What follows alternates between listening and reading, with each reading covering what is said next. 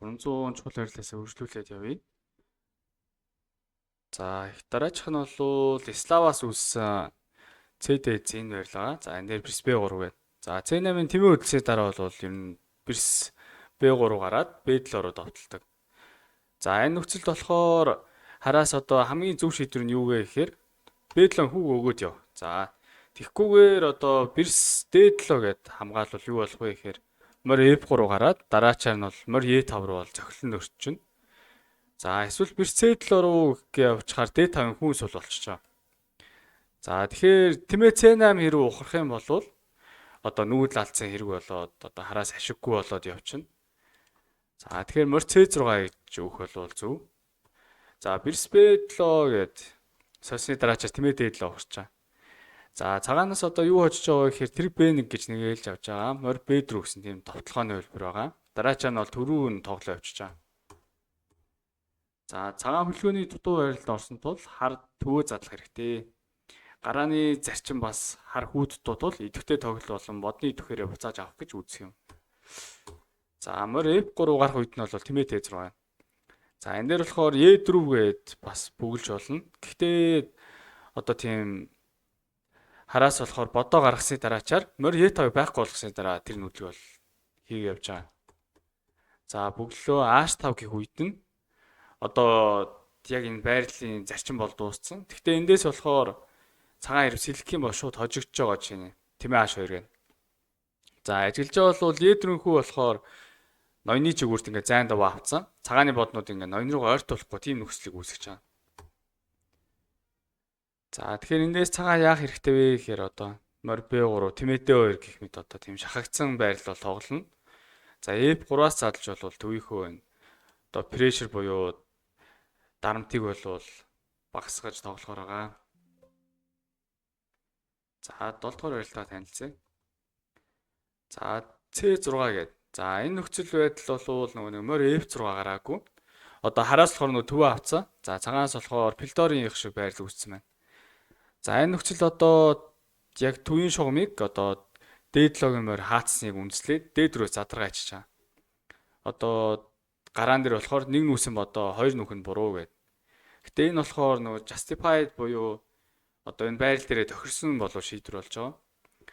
За хэрвээ шийдэх юм болвол ингээд тасархаа үүсэж байгаа.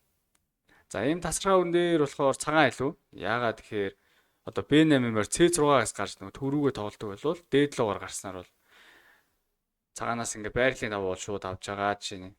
За идэх үед нь мориор идээд за төв рүү идэхээр нь бисээр идчихэж байгаа. За цагааны тоглол болохоор тэмээ гарлаа 3-0.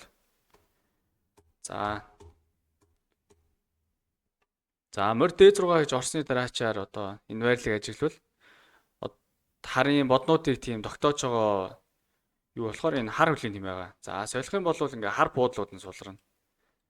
За тэр үндслээр болохоор морь төв рүү орчиж байгаа. За Брис тоглолтод орох үед нь тэмээ C4. За B5 гэхээр тэмээ D2 хөөгөөд. За E7-гийн тэмээ бол ингээ буцаад ухарсан.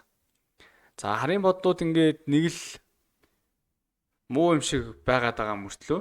За байрал бол тийм одоо цагааны гинтийн нүүдлийн дараа бол тэнцүү бол зааж эхэлж байгаа. За Брис G5 хүү G6 тэнцээс. За морь A6 гэх инглээ.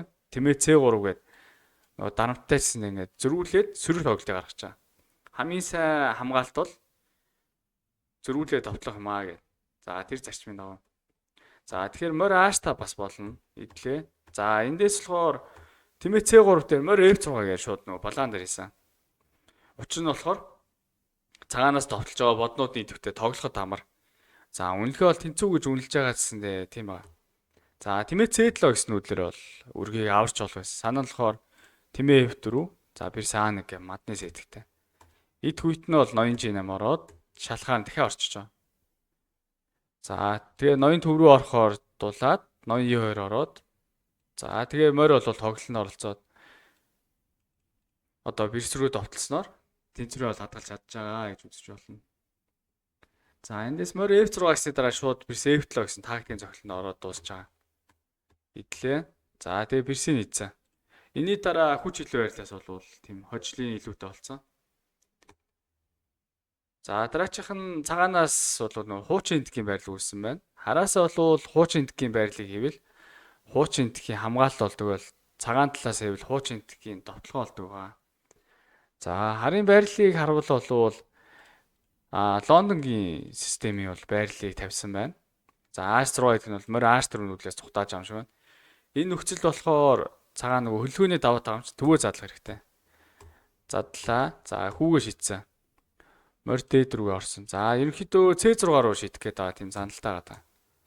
За эндээс өргөдөр тэмээ C3 руу явсан. За энэний оронд тэрэг E1 гээд явсан бол одоо тэмээ ийшээж гарах боломжтой, ийшээж гарах боломжтой. Илүү тийм уян хатан байрлал үүсэж байгаа. За хараас болохоор нөгөө түүгээ төрч чадахгүй байгаа. За морь анх үед нь шидлээ. Тэмээ А5 гээд шууд хожил илүүтэй болж байна.